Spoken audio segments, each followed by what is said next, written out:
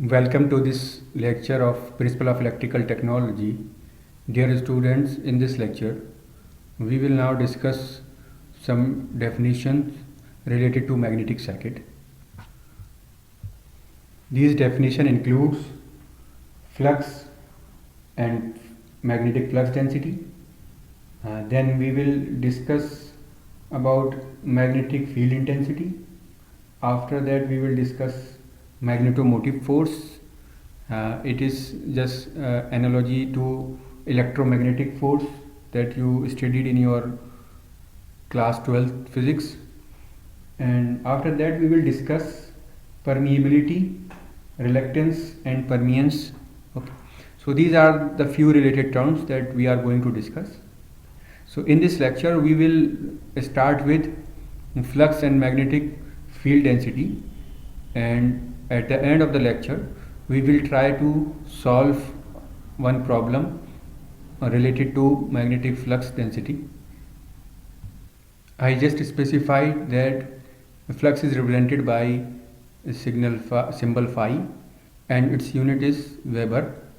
That is, the SI unit of flux is Weber. So let us take first the flux. Flux is symbolically represented by phi, and its SI unit is Weber. Okay. Now let us try to understand what is flux. Consider a ferromagnetic material. We can draw the ferromagnetic material like this, a section of ferromagnetic material. Okay. So this is basically a section of ferromagnetic material, and so flux is basically defined as magnetic, that is total magnetic field passes through a given cross sectional area. So if we consider a ferromagnetic material like this as shown over here, and if we mark a cross sectional area, so this cross sectional area here can be represented by this black shaded portion, and it is marked as, let us suppose it is A. Then the total magnetic field lines passing through this area is basically constitute the flux in this ferromagnetic material.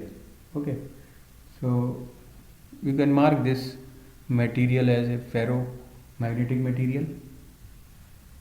So now we can write the definition of flux. Flux is basically the measurement of total magnetic field passes through a given area. Okay, so the area is basically the cross sectional area. Okay, if the ferromagnetic material is placed in a different orientation, and what we have to consider is, we have to consider the cross sectional area, that is the area which is basically perpendicular to the flow of that magnetic field lines. Okay, so basically we usually interested in calculating the magnetic flux density. Instead of just flux, we are basically interested in knowing the magnetic flux density. So we can say that we are basically interested in calculating magnetic flux density, and magnetic flux density is basically defined as flux per unit area. Okay, so that is the flux divided by the cross sectional area, which we consider that the flux is passing through that area. Okay, and magnetic flux density is symbolically represented by B, it is capital B. So we can say that B is basically defined as flux divided by area. So if we want to calculate the flux density, magnetic flux density, then we have to consider the flux, that is the total flux passing through a given area, divided by the area. Okay, so we can say flux density B is defined as flux per unit area, or we can write B is equals to phi upon A, where A is basically a cross sectional area. Okay, and we know that phi, the unit of phi is Weber. Okay, and the unit of cross sectional area SI unit is meter square. So one can easily understand that the unit of magnetic field density is Weber per meter square. Okay, we often called Weber per meter square as Tesla, and it is represented by T.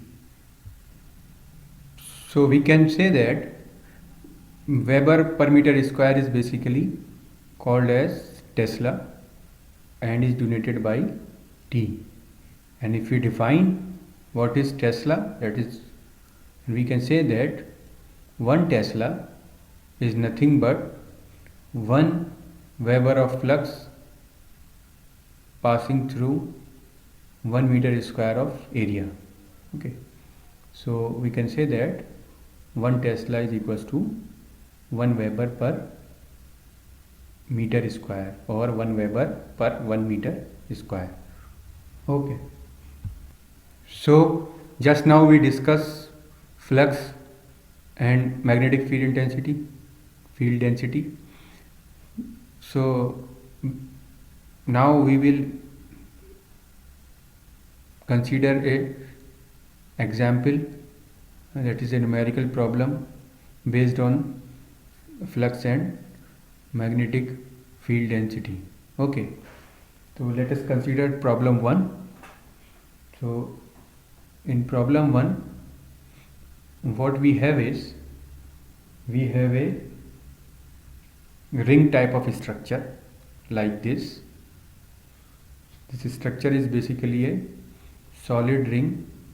Okay, and the diameter of ring varies, that is half of the ring is of larger diameter and the other half is of smaller diameter. So if we see the 3D look of it, it is more or less like this. Okay,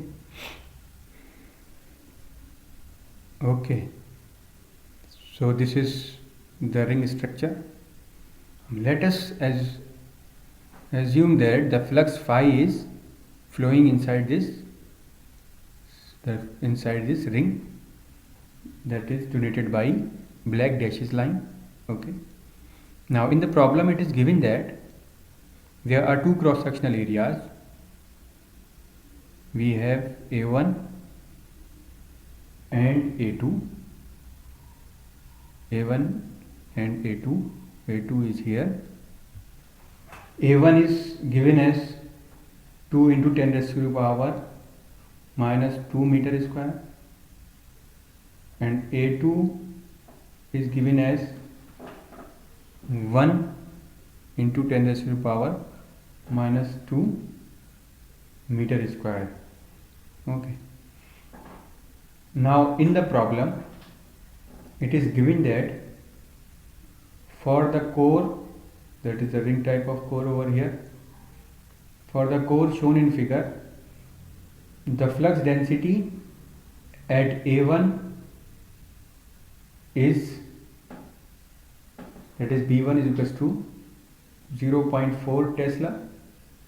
Okay, to determine, what we have to do is we have to determine the flux density,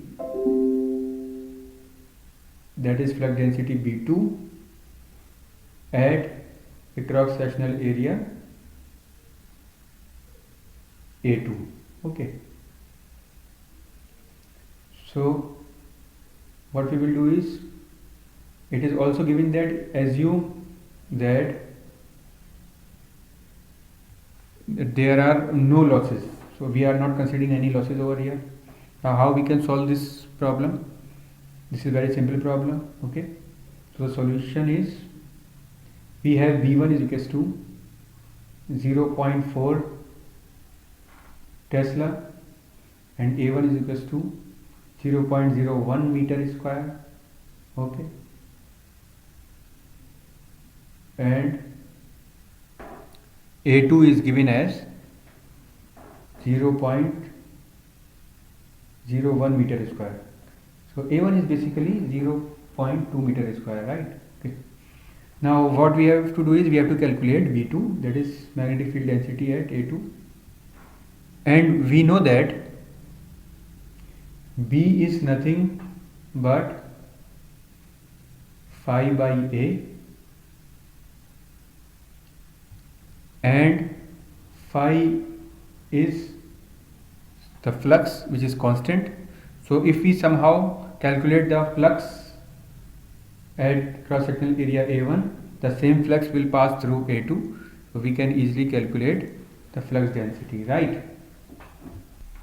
Since all the flux is confined in the core, so phi 1, okay, phi 1 is basically equals to phi 2.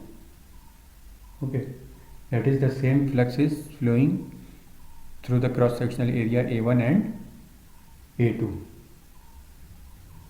So we can write V1 is equals to phi 1 upon A1 and V2 is equals to phi 2 upon A2. Okay, so from this we can say that V1 into A1 is equals to V2 into A2, since phi 1 is equals to phi 2. Okay, so we know B1, we know A1, we know A2, and we have to calculate B2. So this can be calculated as, so this implies that B2 is equals to V1 upon A1, B1 into A1 upon A2. Okay, so we can calculate it like this. This is equals to 0.4 into 10 into 0.02 upon 0.01. Okay, the unit is Tesla. So from this we can have B2 is nothing but 0.8 Tesla. Okay, so this is the answer of the problem.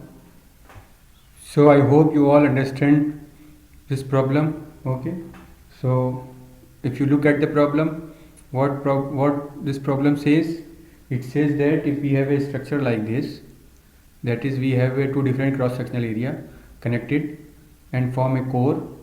Okay, this core is basically a ring type of core. Okay, and it is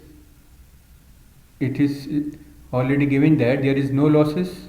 So if there is no losses, then whole flux is confined in the core, and the same flux will pass through the cross sectional area A1 as well as A2. Okay, and we are asked to calculate the flux density through A2. Okay, so using the formula we can easily calculate the flux density, okay, at a cross sectional area A2. So this is all for today's lecture. Now the next lecture we will discuss other definitions. Thank you.